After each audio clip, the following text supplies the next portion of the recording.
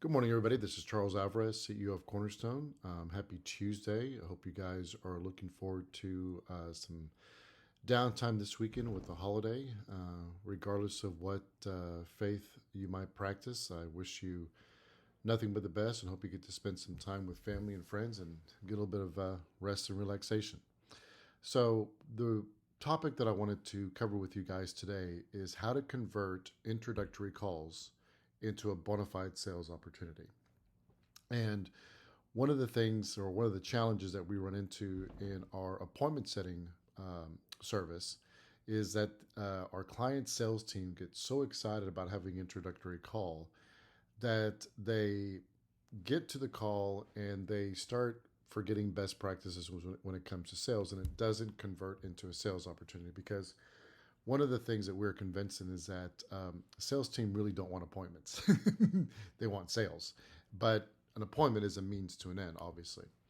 But we're finding that one of the reasons that it doesn't turn into an opportunity, even though we qualify that appointment prior based upon need and timing, is that these salespeople get to the call so excited that they have verbal diarrhea of the mouth. What we find to be the best practice on an introductory call is to get the prospect to talk about their favorite subject, which is themselves. So that is the best practice. Now, we find that there are three best questions. So there's three types of questions that best asked during this introductory call. The three types are dissatisfaction questions, vision questions, and next step questions. Okay, so dissatisfaction questions, vision questions, next steps. So, what do these look like? Let's start with the dissatisfaction questions first. Dissatisfaction question is basically an as is assessment of what they're going through. And that is really important because if you approach sales as a solution consultant versus trying to push your product or service on somebody, it's going to be much easier for you and for the prospect. And the relationship that you will build with the prospect will be much deeper than just trying to push them a product because people are naturally resistant towards a sales pitch. So, dissatisfaction questions are typically things like, what challenges are you currently experiencing in your business? What is that costing you? What have you tried to do in the past to fix it? And what were the outcomes of those attempts? How is this affecting your career? How is this affecting your team? How is this affecting the growth of your organization or the growth of your team? How is this affecting your cost model, etc.? So you want to find out exactly what challenges are they going through, and more importantly, what's it costing them economically or tangibly and intangibly. Now let's go to the vision questions. Vision questions is assuming those challenges were all fixed, the tangible and the intangible questions, what would the end result look like? Would it mean they would have more time in their day? Would it mean that they didn't have to hire as many people? Would it mean that they would be able to reduce cost or be able to reduce risk in their business? In other words, what is in it for them? Will they increase their political capital, etc.? And what that does to the prospect is it helps them crystallize what the end result is going to look like and helps them envision exactly what it looks like so it starts becoming more real to them. And that's part of our job as a salesperson, which is to help them identify what it's costing them to have this issue, what the benefit is, and be able to build a risk reward calculation. Because at the end of the day, when you provide them a proposal, every single proposal that we send to every single one of our clients and their prospects has to have these two components. This is your challenge and what it's costing you. This is our solution and the tangible and intangible benefits you're going to receive and when you're going to receive them.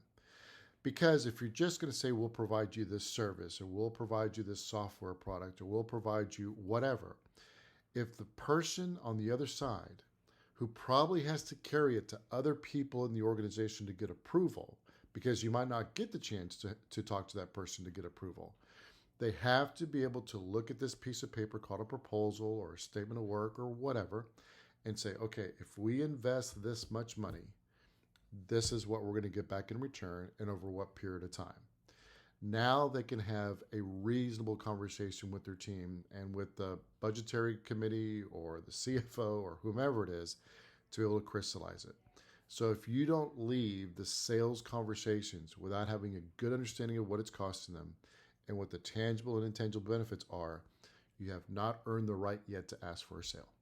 You have not earned the right yet to put together a proposal in front of them. It's just that simple. Because if they don't have context, they're going to be unclear. And an unclear or a confused mind never buys. A clear mind doesn't mean they always buy, but your chances are much better than an unclear or a confused mind. Okay? And then the last set of questions we ask are next step questions. My favorite is, how would you like to proceed? Where should we go from here?